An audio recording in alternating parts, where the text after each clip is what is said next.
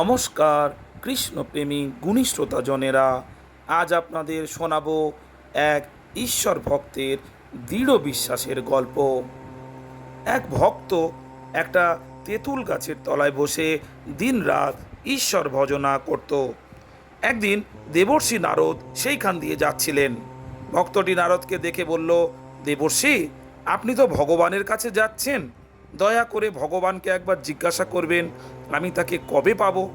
নারদ বললেন, আচ্ছা ভাই, তোমার কথা আমি তাকে নিশ্চয়ই বলবো। নারদ ভগবানের কাছে গিয়ে জিজ্ঞাসা করলেন, প্রভু, অমুক জায়গায় তেঁতুল গাছের তলায় বসে এক ভক্ত দিন রাত আপনাকে খুব ডাকছে। সে জিজ্ঞাসা করেছে তাকে আপনি কবে দেখা দেবেন। ভগবান বললেন, ওই তেঁতুল গাছের যত পাতা তার তত জন্ম পরে তাকে দেখা দেব। তারপর যখন তিনি আবার ওই ভক্তটির সঙ্গে দেখা করলেন, তাকে কিছু বলতে পারলেন না।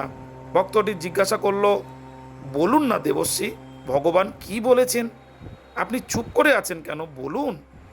ভক্তটি যখন খুব পিড়াপিড়ি করতে লাগলো, নারদ তখন বললেন, ভগবান বলেছেন এই গাছটার যতগুলো পাতা আছে তত জন্ম পরে তুমি ভগবানের দর্শন পাবে।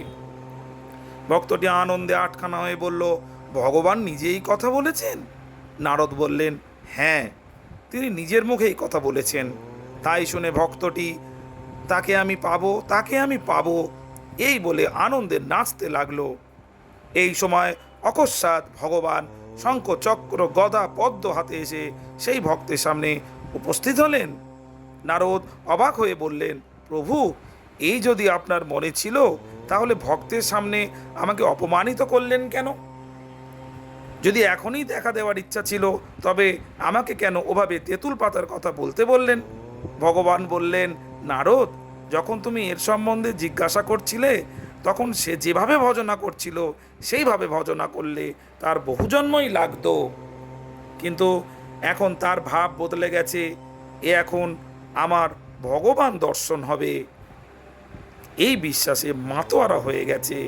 তার ভক্তি বিশ্বাস এমনই দৃঢ় হয়ে গেছে যে আমাকে এক্ষুনি আসতে হলো।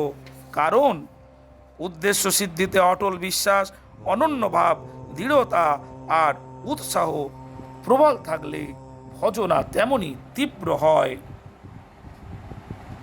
শ্রোতাজনেরা, ঈশ্বর চিন্তা যদি দৃঢ় থাকে তাহলে আমরা ঈশ্বরকে লাভ করতে অবশ্যই পারব। শ্রোতাজনেরা, যদি এই কাহিনীটি আপনাদের ভালো লেগে থাকে তবে চ্যানেলটিকে সাবস্ক্রাইব করতে ভুলবেন না।